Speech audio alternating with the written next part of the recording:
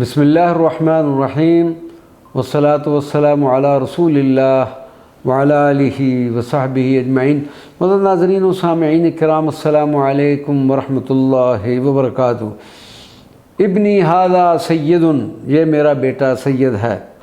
حضور نبی کریم صلی اللہ علیہ وسلم کا اپنے نواسہ حضرت حسن کے لیے دعا کرنا کہ اللہ تبارک و تعالی ان کی وجہ سے مسلمانوں کے دو عظیم جماعتوں میں صلح کروائے گا، یہ اسی بابرکت دعائے مقبول کا نتیجہ تھا کہ سیدنا حسن رضی اللہ تعالی عنہ مکمل اعتماد اور دل کی گہرائیوں سے صلح پر راضی ہو گئے۔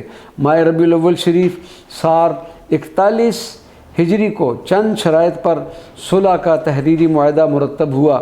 بعض روایات میں یہ آتا ہے کہ سیدنا حسن نے جو شرائط حضرت معاویہ کو لکھ کر ارسال کی تھیں، ان کے دمشق پہنچنے سے قبل ہی حضرت معاویہ نے ایک سادہ کاغذ آپ رضی اللہ تعالی عنہ کے پاس کوفہ بھیجا اور لکھا کہ جو شرائط آپ لکھنا چاہیں اس کاغذ پر لکھ کر بھیج دیں، وہ سب قبول ہوں گی۔ مورخ ملا باقر مجلسی نے لکھا ہے کہ سیدنا حسن نے نہ صرف خلافت سے دستبرداری کا اعلان کیا بلکہ ایک مجمع عام کے سامنے حضرت معاویہ رضی اللہ تعالیٰ عنہ کی بیعت بھی فرمائی۔ خلافت کی سپردگی کے لیے جو شرائط دونوں بزرگوں کے مابین طے ہوئی تھی، سیدنا معاویہ رضی اللہ تعالیٰ عنہ پوری زندگی ان پر کاربند رہے۔ حسنین کریمین کی بیعت، کتاب اختیار معرفت الرجال المعروف برجال الکشی، یہ ایک انتہائی مشہور و اہم کتاب ہے۔ تالیف یہ اس کی شیخ الطائفہ ابی جعفر محمد بن الحسن الطوسی، جن کا وصال 460 ہجری ہے۔ اس کتاب کے صفحہ نمبر 104 کے تحت ذکر قیس بن سعد بن عبادہ، اور یہ اشاعت ہے 1427 ہجری۔ آپ فرماتے ہیں قال سمعت ابا عبداللہ یقول ان معاویہ كتب الى الحسن ابن علی على ان نقدم انت والحسین واصحاب علی، فخرج معهم قیس بن سعد بن عبادہ الانصاری وقدموا الشام، فأذن لهم معاوية وأعد لهم الخطباء، فقال يا حسن قم فبايع، فقام ثم بايع، ثم قال للحسين فبايع، فقام فبايع، ثم قال يا قيس فبايع، فالتفت إلى الحسين ينظر ما يأمره، فقال يا قيس انہو امامی، یعنی الحسن۔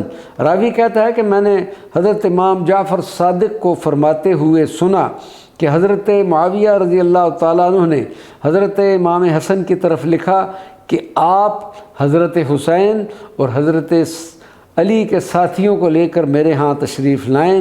حضرت امام حسن جب انہیں لے کر نکلے تو ان کے ساتھ قیس بن سعد بن عبادہ انصاری بھی تھے۔ شام پہنچے تو سیدنا معاویہ رضی اللہ تعالیٰ عنہ نے انہیں خوش آمدید کہا، ان کے لیے خطیب مقرر کیے، پھر کہا کہ اے حسن اٹھیے اور بیعت کریں۔ وہ اٹھے اور بیعت کی۔ پھر امام حسین کو کہا کہ آپ اٹھیں اور بیعت کریں، تو انہوں نے بھی اٹھ کر بیعت کی۔ پھر قیس سے کہا کہ تم بھی اٹھو اور بیعت کرو، تو اس نے سیدنا امام حسین کی طرف اس ارادے سے دیکھا کہ آپ اس بارے میں کیا ارشاد فرماتے ہیں، تو حضرت سیدنا امام حسین نے فرمایا قیس امام حسن میرے امام ہیں، یعنی ان کی بیعت کر لینے کے بعد ہمیں تردد نہیں ہونا چاہیے۔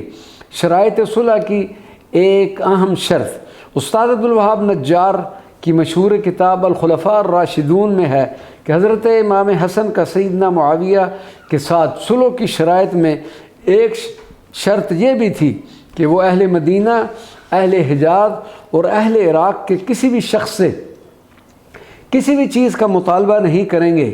اسی طرح اس بات پر بھی اتفاق ہوا تھا کہ سیدنا علی کے ایام خلافت میں جو کچھ بھی ہوا اس کا کسی سے کوئی مطالبہ نہیں کیا جائے گا۔ یہ اصول انتہائی اہمیت کا حامل تھا، جس کا مقصد ماضی کو بھلا کر تاریخ کا نیا باب رقم کر کے حاضر اور مستقبل پر توجہ دینا تھا۔ نتیجہ یہ نکلا کہ صلح کا یہ معاہدہ فریقین کے تمام لوگوں کے لیے عام معافی کی بنیاد پر ہوا اور پھر حضرت معاویہ رضی اللہ تعالیٰ عنہ نے اس معاہدہ کی مکمل پاسداری کی اور عملاً کسی کو بھی ان کے کسی گزشتہ گناہ کی سزا نہ دی گئی۔ اس سے ہر طرف امن کا دورہ رہا اور پھر ہر ایک کا خون محفوظ رہا۔ وما علینا الا البلاغ المبین۔